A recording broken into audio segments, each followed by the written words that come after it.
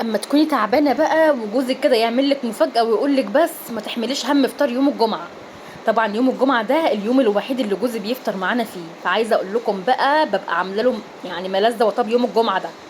فالنهارده بقى طبعا ايه، قال انا هجيب الفطار النهارده ما تحمليش همه، فراح عند الفسخاني جاب لنا الفسيخ. ومع اني ما بحبش اكل الحاجات دي من بره، احب اعملها كده بايدي في البيت، الا اني قلت مش مشكله، يعني انا تعبانه ومش هعمل، فبيني وبينكم يعني لو كنت عملت كان ارحم.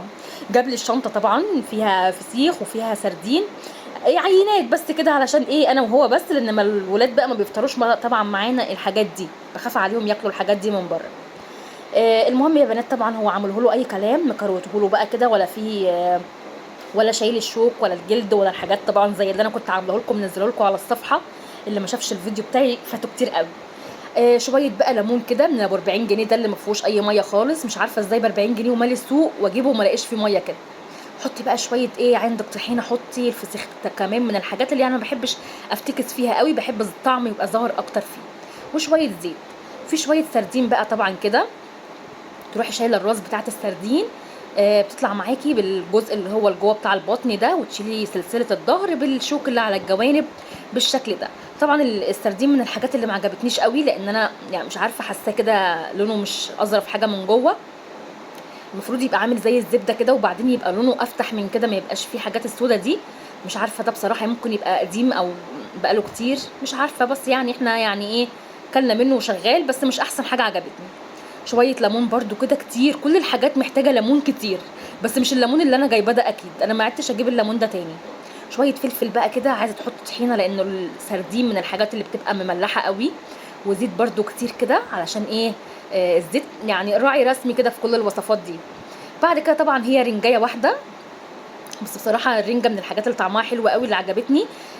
في ناس كتير بتسلخها كده وبتبتدي ان هي تنضفها من غير ما تشيطها على النار، انا ما اعرفش اكل الرنجه من غير ما اشيطها على النار. هي طريقتها دي وفي ناس بتاكلها كده من غير ما تنضفها برده، ما اعرفش ازاي، زي السمك كده، بس انا لا، انا احب اطلع كل حاجه كده لوحدها. طلع فيها بطروخ من الناعم ده، ونشيل كده كل حاجه فيها، ما نخليش فيها اي حاجه سودة ولا شوك ولا اي حاجه. طبعا بقى عايزه اقول لكم ان الاكله دي محتاجه 20 رغيف وبصله تجنن يا بنات الاكله دي بصراحه، يعني مره كده كل فين وفين، بس الافضل ان احنا نعمل حاجتنا في البيت. الحاجات دي كلها موجوده طريقتها على الصفحه. حط بقى زيت كتير وليمون كده كتير قوي، وشويه بصل بقى كده اساسي مع شويه خل، ونروح حاطين عليهم ليمون برده كتير، وملح وفلفل بقى مش عايزه اقول لكم. ندعك بقى البصل كويس جدا عشان يبقى ريحته حلوه وطعمه كمان حلو، مع شويه جرجير بقى كده متنضفين، ويبقى عندنا كده ايه وجبه تحفه. طبعا عملت بطاطس وفول للولاد وبالهنا والشوكولاته، طبعا مش هياكلوا الكلام ده، فعملت لهم يعني جبنه وبطاطس كانت قربت تتحرق مني على النار، وشويه فول بقى كده وبالهنا والشفا بقى. ايه، ما تنسوش تقولي لي رايكم، وقولي لي الاكله دي ناقصها ايه، وتتابعوني منين، وصلوا على النبي في التعليقات. مع السلامه.